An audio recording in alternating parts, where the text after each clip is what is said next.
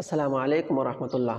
দর্শক শ্রোতা, বিশ্বনবী সাল্লাল্লাহু আলাইহি ওয়াসাল্লামের মৃত্যুর ঠিক আগ মুহূর্তে কি ঘটেছিল, বিশ্বনবী সাল্লাল্লাহু আলাইহি ওয়াসাল্লাম আমাদেরকে কি বলে গেছেন, চলুন দর্শক, দেরি না করে আমরা হুজুরের মুখ থেকে মূল্যবান আলোচনাটি শুনে আসি।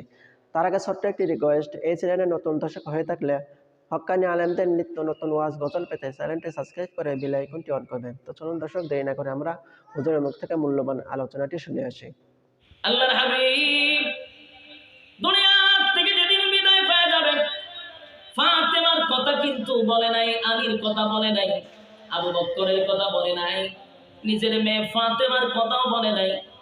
মৃত্যুর আগ পর্যন্ত উম্মতকে নামাজের আদেশ করে গেছেন। সুবহানাল্লাহ, নামাজের আদেশ করছেন। পয়গম্বর মৃত্যুর আগে যখন ওনার মাথা ব্যথা শুরু হয়ে গেল, অসুস্থ হয়ে গেছে, মাথা তুলতে পারে না, সারা শরীরে নবীর কম্পন সৃষ্টি হয়েছে।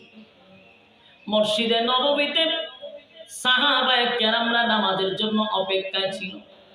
পয়গম্বরের ইমামতিতে তারা নামাজ পড়বে।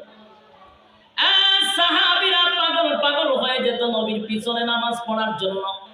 ইমামতি তো করত পয়গম্বর, কিন্তু যখন ফজরের সময় সবাই দাঁড়ায় আছে, পয়গম্বর এখনো মসজিদে নববীর ভিতরে ঢুকে না। নামাজের রক্ত চলে যায়, কিন্তু সাহাবীরা নবীর দিকে তাকায়, নবী তো আসে না।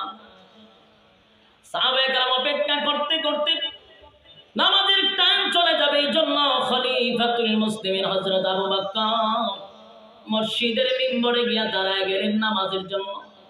যেই মাত্র নামাজে দাঁড়াইছেন, সাহাবায়ে কেরামরা কান্নার রোল ফালায়া দিছে, কান্না শুরু করে দিছে। বুঝতে পেরেছে আর কোনদিন পয়গম্বরের পিছনে নামাজ পড়ার হবে না। যেহেতু পয়গম্বরের জায়গায় আবু বকর ইমামতির মধ্যে দাঁড়ায় গেছে, বুঝা গেল রে পয়গম্বর আর নামাজে দাঁড়াবে না, আর কোনদিন নবীর পিছনে নামাজ পড়তে পারবো না। নামাজ শুরু হয়ে গেল, পয়গম্বর মসজিদে নববীর ভিতরে ঢুকতে পারলো না। পাশে ছিল আম্মা জান আয়েশা, ডাক দিয়া বলেন, আয়েশা, আমার বুকে ব্যথা, মাথায় ব্যথা, আমি উঠতে পারি না। মসজিদে নববীর মধ্যে কি নামাজ শুরু হয়ে গেছে? আয়েশা বলেন, নবীজি মসজিদে নববীর মধ্যে নামাজ শুরু হয়ে গেছে আমার আব্বার ইমামতিতে। আল্লাহর নবী বলেন, আয়েশা, আমার মাথাটা একটু উঁচু করে ধরো, আমি মসজিদে নববীর দিকে তাকায়া দেখতে চাই। আল্লাহর পয়গম্বরের মাথা মুবারকটা উঁচু করে ধরলেন। নবীজি মসজিদে নববীর দৃশ্য দেখতেছিলেন, নামাজের দৃশ্য। নামাজের দৃশ্য দেখে নবী মুস্কি হাসি দিলেন, কিন্তু চোখ বেবে, গাল বেবে নবীর চোখের পানি পড়তেছিল। আম্মা জান আয়েশা বলেন, হাবিব,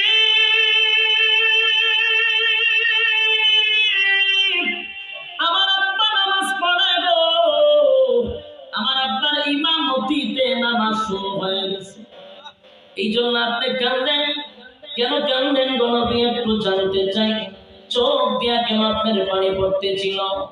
আল্লাহর নবী বলেন, সব কান্না কিন্তু দুঃখের কান্না নয় গো, সব কান্না কিন্তু দুঃখের কান্না না।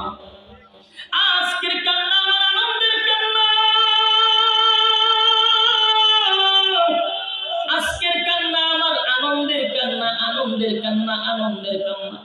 কারণ 13টা বছর মক্কা নগরীতে আমার বেঈমানের বাচ্চাগুলি মারছে, এই নামাজ কায়েম করতে গিয়া, আমি নামাজ কায়েম করতে গেলে আমার তারা মারছে, সেজদায় গেলে আমার পিঠের উপরে নারী বুড়ি বেঈমানরা রাখছে। নাউজুবিল্লাহ বাড়ি দিয়া আল্লাহর পয়গম্বর সেজদায় গেলে আবু জাহিল, আবু লাহাব, উতবা, উতাইবা নবীর পিঠের উপরে উটের নারী বুড়ি রেখে দিত।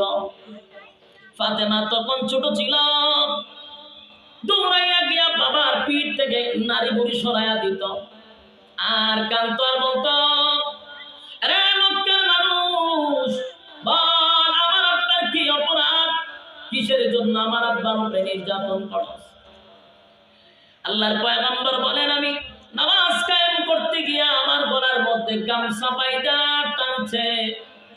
আমি নামাজের দাওয়াত দিতে গিয়া পাথরের ঢিল খাইছি, রক্তাক্ত হয়েছি, দান্দান মানছি।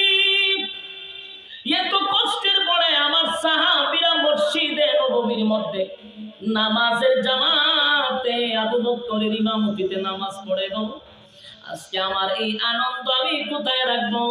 এই জন্য আমি আনন্দে চোখের পানি ছেড়ে দিছি।